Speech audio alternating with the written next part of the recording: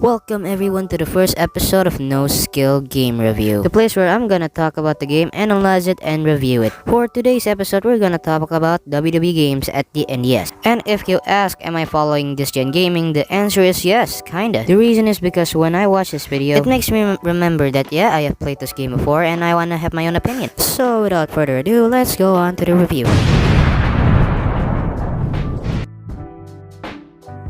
WWE SmackDown vs. Raw 2008 on the NDS is kinda, I could say, interesting. Unlike the 360 version, which is pretty cool and you could do whatever you want, but for the NDS version, you can't do that. The thing that you can only do in this game is just pressing just couple of icons and move the direction that they want. Yeah, and that's it.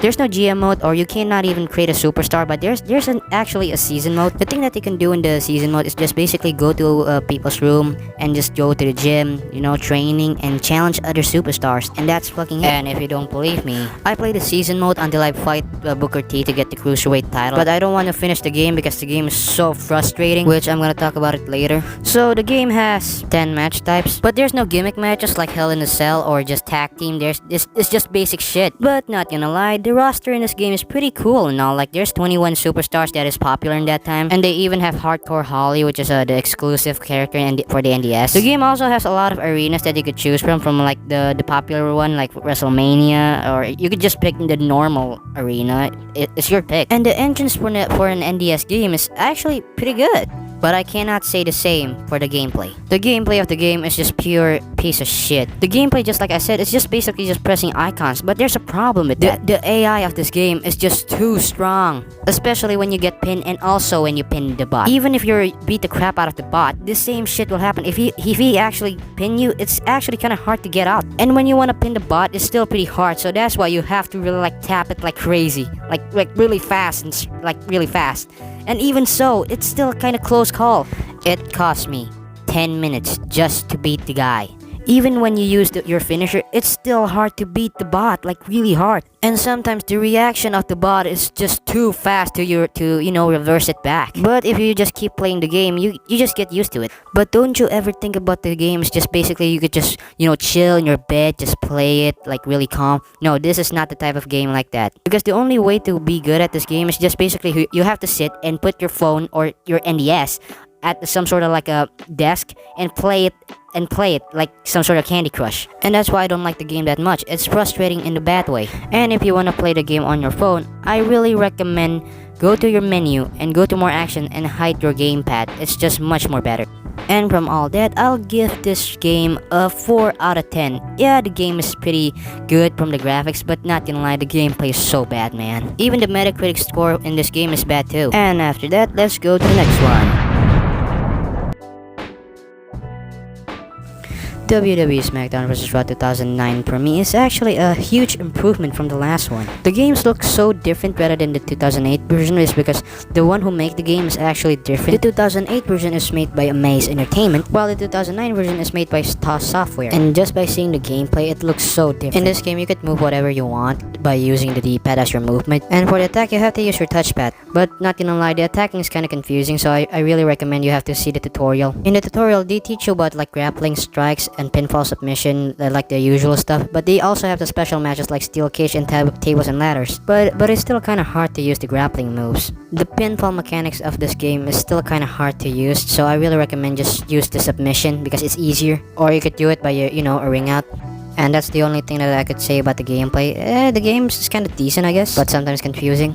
And now let us see what the game has to offer. The game has created superstar that you could change the body, the head, the costume, and even the move and the entrance. And there's also season mode that you could use the current superstar or your created one. And they started with this inspirational stuff about becoming the legend of the WWE. And then the season mode started. And holy shit, you could do free roaming. But that's the only thing that is special, I guess, because this game is just basically just challenging random superstars and talk with them.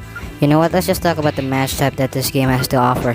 The game has 7 match types, but at least they have like gimmick matches, like Steel Cage, TLC, which is pretty cool. And by seeing the match type, the one who made this game really put a lot of effort for the game. And the superstar in the game has 29 originals, and 32 in the max if you put your created superstar. And just like the last game, there's a lot of arenas that you could choose from. And the entrance and the graphic in this game is a lot more improved than the last one. It's actually really good actually for an NDS game.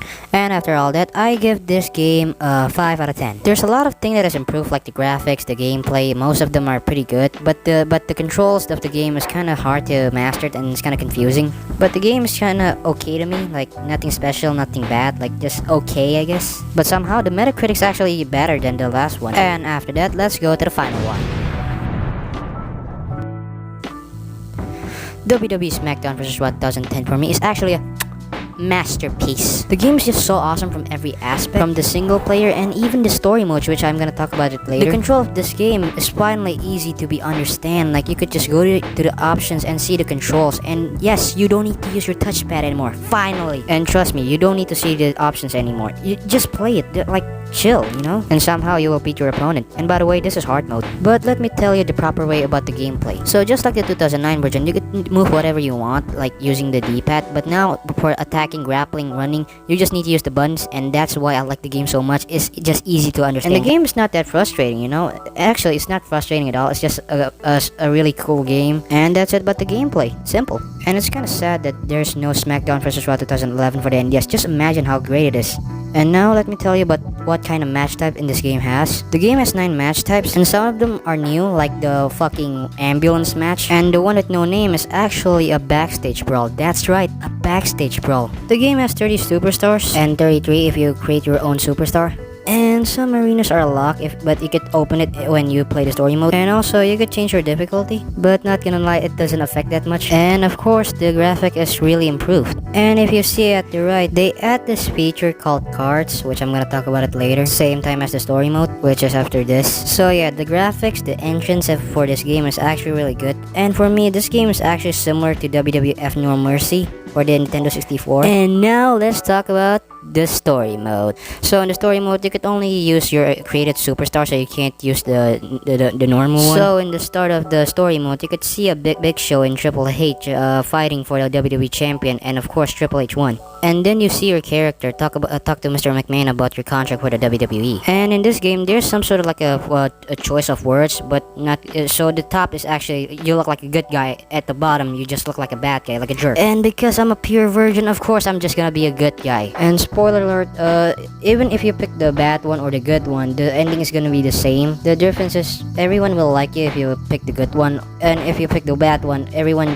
disrespect you. I mean, like nobody likes you. So for this part, I will tell you the full story of the story mode, and of course I'm just gonna tell like the important part. So after talking to Mr. McMahon about your contract, you will work at ECW, and he said you need to meet Finlay at the gym. So in this part, he teach you what you could improve your strength in gym, and he also teach you about you could go to the hospital if you want to heal your condition or your health. And after he done teaching you, your debut match started, and also you have to win every single match in the story mode. So this is basically like Road to WrestleMania. And after that, you have a free time like a week until Tuesday for the next ECW. So you could go to the gym, or you could go to the hospital if your condition is bad.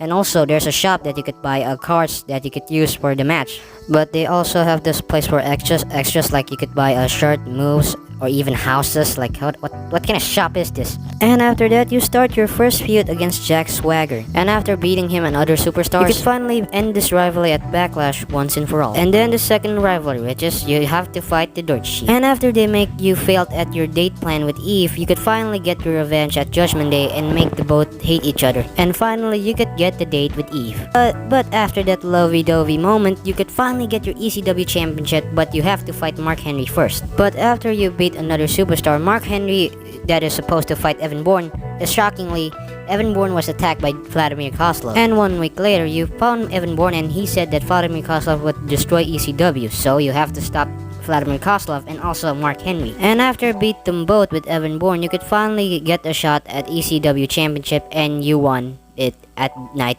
of Champions. And 2 days later, after Teddy Long celebrate with you, Stephanie came and he wants you to go to Raw. But after some sort of accident at your house, you have no choice to fight in the Great American Bash with someone from Raw. And the guy is CM Punk. And after beating CM Punk and you could finally get the briefcase, you could open it, but shockingly, inside of it is a contract and you have no choice to move to Raw. You know what, for the Raw part, I'll make it faster. Your first feud at Raw is gonna be Chris Jericho and you will beat him at SummerSlam. And your second feud is against Ted DiBiase Jr. and he manipulate you to attack Rey Mysterio. And after that, you could finally get his revenge. But in the middle of your feud, you have a shot at the Intercontinental title against CM Punk, and of course you win. After that, there's 2 more feuds that you will have to against, and it's first against Randy Orton and at No Mercy and Batista at Survivor Series. And also you have to against John Cena for the World Heavyweight title, and you won. After beating Randy Orton and Batista, you have to no choice again, and you have to go to SmackDown Live.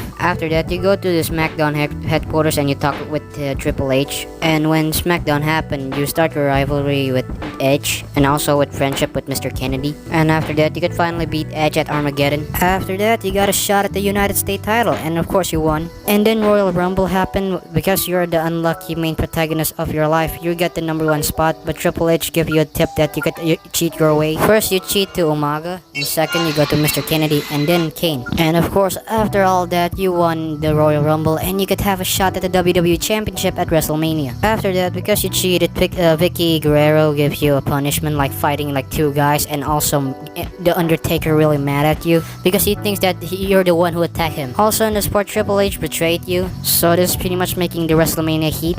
But before Triple H, you have to against the Undertaker. He attacks you everywhere you go, from the parking lot and even your house. But then you can finally beat him at No Way Out. But then Edge came out and tell the actual story that who is the one who attacked Undertaker, and that is The Miz. But Triple H actually the one who started it all. So after this, your rivalry with Triple H started. But before you fight him at WrestleMania, you have to fight the former team of Evolution. After you beat him, you just have to beat like other superstars, and then finally you fight Triple H at WrestleMania. And after that, after you beat Triple H, you finally become the WWE champion, and that's the story. For me, the story is kind of decent, but the thing that is make it special is actually the side story. There's a lot of side story in this game, but for example, there's a story that you could save Santino Marella from protecting him at the United States title. You could either choose to like tell him this hiding spot of Santino, or just like protect him. There also, you could have a match with Shawn Michaels, and you could do the DX pose with him. But for real, there's a lot of things that is going on in this game, so I really recommend this one rather than the other one. So after all that, I'll give this game 8 out of 10. The gameplay of this game is really fun, and there's a lot of things that you could do in this game, and the game is just so much fun. And I am not the only one who liked this game, and the Metacritic for this game is also good. So yep, that is it for me, and hope you liked the video and enjoy your life. And that's it. Just peace, love, and hugs. It's been a pleasure.